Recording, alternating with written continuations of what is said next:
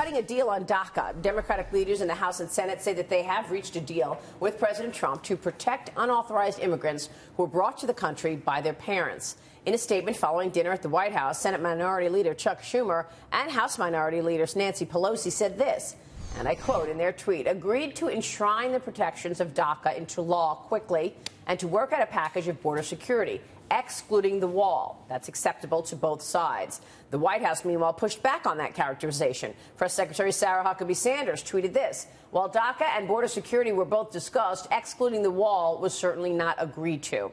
If the deal holds, it would be the second major agreement between Trump, Schumer, and Pelosi in as many weeks, following their deal to raise the debt ceiling just last week. Joining us right now to talk about that, senior fellow at the London Center for Policy Research and former Lieutenant Governor of New York, Betsy McCaughey, is with us. Betsy, good to see you. Good to see you. And the American people are already winners because at last this administration is restoring the rule of law. The president himself does not have the authority to make immigration policy. And the big win last night was the recognition that it's Congress that must act on this. Yeah, I mean, I wonder how much of this is a message to the Republicans to say, look, you guys can't get your act together. You can't do a deal on anything. I'll go to the Democrats. Well, and it's a very powerful message even on health reform because he's waltzing with Pelosi and Schumer on that as well. But the package that they're discussing, pouring $8 billion into additional subsidies for the insurance companies, would be throwing bad money after good. These are subsidies for cash payments to poor people who otherwise would have deductibles and copays. Very nice to help them. But the fact is that this is giving a big middle finger to the middle class because they're already paying so much for health insurance. It's like paying for a mortgage. The theme of this deal is poor lives matter, middle class lives not so much. Wow. Wow. With that statement from Schumer and Pelosi, and Sarah Sanders, as you mentioned, said that while DACA and border security were both discussed, excluding the wall was certainly not agreed to. Right. On top of that, though, Chuck Schumer's spokesman tweeted, and he said the president made clear he would continue pushing the wall, just not as part of this agreement. Mm-hmm. So even Schumer's spokesman, because this is a critically important promise that Donald Trump made to all those people who stepped up to vote for him. Yeah, he ran on that wall, and it's clear that he still intends to have it built. Yeah. Okay. So there. Count on it to be a part of any big infrastructure package. For sure. But what was that? Just politics then on Schumer's part? Basically to try to make his base think, okay, I just eliminated this? I think that politically, that statement they put out, that's the way it read initially. We at least raised the question of what about border wall funding? Yeah. That was the first thing that, we're texting and emailing friends and family members. Right. That was the first question after that statement. Meanwhile, a meeting with a group of moderate House lawmakers yesterday, President Trump suggested that the tax bills of the wealthy Americans under the plan, they may not see any benefit. Listen to this. We want a 15% rate because that would bring us low, not by any means the lowest, but it would bring us to a level where China and other countries are. And we will be able to compete with anybody. Nobody will be able to touch us. And by the way, lower for individuals, much lower than that for individuals. And the rich will not be gaining at all with this plan. We're looking for the middle class, and we're looking for jobs. Jobs meaning company. I think the wealthy will be pretty much where they are. Pretty much where they are. If we can do that, we'd like it. If they have to go higher, they'll go higher, frankly. Wow. But I don't think he's referring to rates there. I think he's taking into consideration that there will be closing of loopholes. For example, a cap on the mortgage deduction, which would cause many upper-income people to pay more.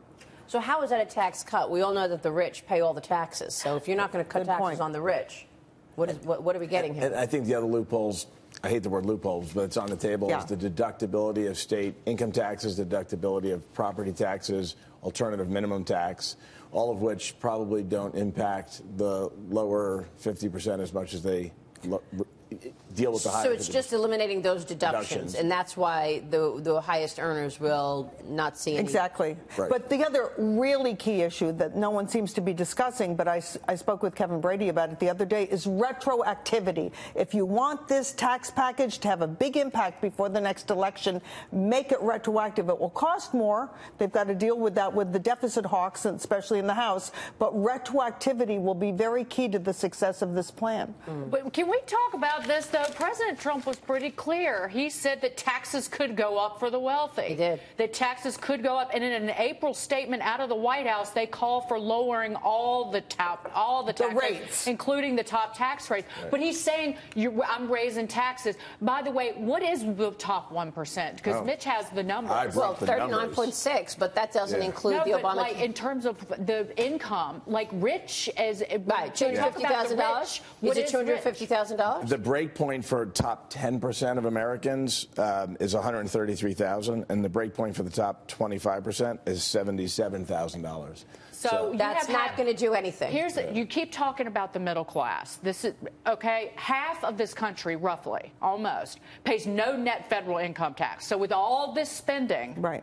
Who's going to pay taxes? How much more are you going to tax the highest earners in this country? That's a question. Well, the likelihood, if he has to cut a deal with the Democrats, the quote rich are going to take it on the chin in order to get the corporate tax deduction that Trump really wants to spur business growth. Yeah. This is exactly the worry that everybody had going into all of these meetings between the president and the Democrats, because we all knew that the Democrats said from the get-go, we're not cutting taxes by 1 penny of the highest earners. And we also all know that the highest earners pay 90% of the tax. So there's no tax cut here at all. Well, the big challenge is if small business generates 5 times more jobs than big business, and most of those are in LLCs and other pass-throughs, how do we figure out how to reduce the tax burden on those? Well, we're told that they're going to be treated differently from individuals who are simply filing as individuals. But here we are, the victims of the Democratic Party's politics of envy. That's what it is. What do you mean? Well, because they're playing on people's emotions and saying we don't want to give tax cuts to the rich, when, in fact, as you pointed out, it's the rich who are paying tax, and we need tax cuts to spur growth. Well, we know that those tax cuts benefit workers. Well, President Trump certainly seems eager to gobble up whatever Schumer and Pelosi are cooking at this point in terms of the tax overhaul, and that's concerning. So that's because McConnell and Ryan have to send him a Valentine. They haven't been very friendly. Where's the bill? I keep asking, where's the bill? September 25th, the week of September 25th is what Kevin Brady said, that we'll get some sort of That's what he said. Tax plan. The last time we got a bill on September 25th. Last time it was 1 page when we got. That was in April. That was in April. The principles. It's all we have since then. So I mean, it's frustrating. Right. But what happened to President Trump's idea of trickle-down economics? That you really had to create an environment for the highest earners and for business that would be pushing them to actually make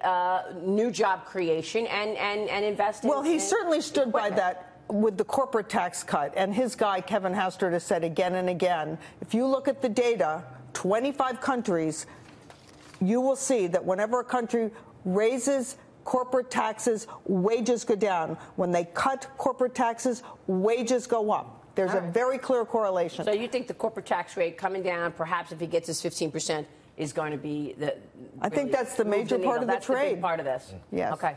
We'll keep looking at that. Betsy, thank you for weighing in.